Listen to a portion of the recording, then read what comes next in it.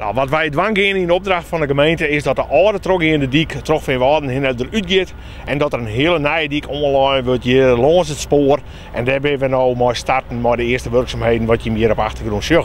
Nou, naast dat er een nieuwe verbindingsdiek eigenlijk langs het spoor online wordt, komt er tussen de diek en het Talmenhoes en de Juliestritten eigenlijk een heel nieuw park. En in het park komt een wetterpartij, komt een bregen en worden al je paden van beton online wat mensen kan recreëren kunnen. Wij binnen nu een weekens 4 uur aan de gang en ben weer begonnen met de vervanging van de riolering in de Juliestritten en de Sint-Antoniusstritten. Nu beginnen we eigenlijk mooi het werk hier in het gebied.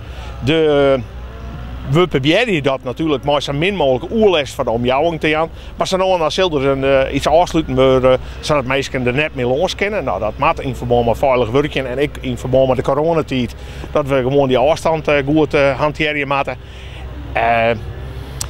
En stapje voor stapje werken we er naartoe dat we takken in mei, juni, proberen klaar te wijzen met het hele verhaal. Het werk wordt eigenlijk in 3 fases opgedeeld.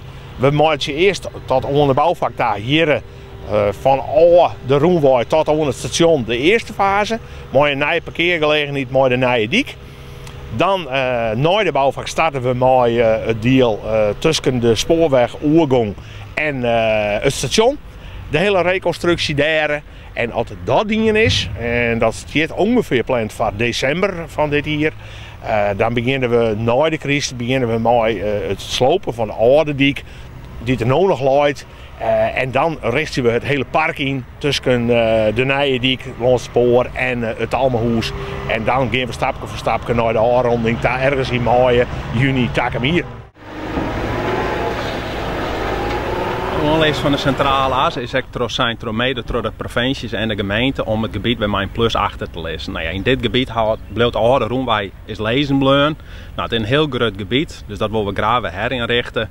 Daarbij speelt het nog dat er een extra sneltrein komt te rijden. Dus we willen graag een transferium, zodat het openbaar vervoer vanuit Veenwouden voor het achterliggende gebied heel goed inricht is en daarin voorzien kan.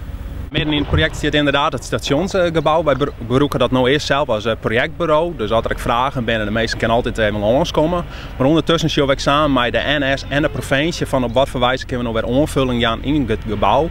Want uiteindelijk, het is een leegstaand gebouw. Nou ja, dat had je meerwaarde en we willen graag weer die reuring hebben zodat er weer wat actie is steeds maar. Dus daar zijn we samen met initiatiefnemers nog aan het zien van op wat voor wijze samen met de NS en de provincies kunnen we daar nog invulling aan gaan.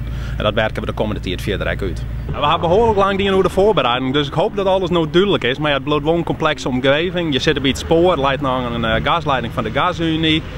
Je zit met het openbaar vervoer, de bussen die rijden constant door. Dus ja, daar leidt best wel een uitdaging. Maar we hadden Maalko samen met de aannemer proberen we het goed uit te voeren. En hij stelt dat dit natuurlijk een heel groot werk is en voor u is het een heel mooi project om zoiets uit te voeren. Is het mooi dat we uiteindelijk aanzien een heel mooi transferium en een park kunnen lezen. We maaien dit gebied uiteindelijk weer onder het dorp weer om gaan kennen. Dus ik hoop dat ze aan Maalko mooi van genieten kunnen van dit gebied.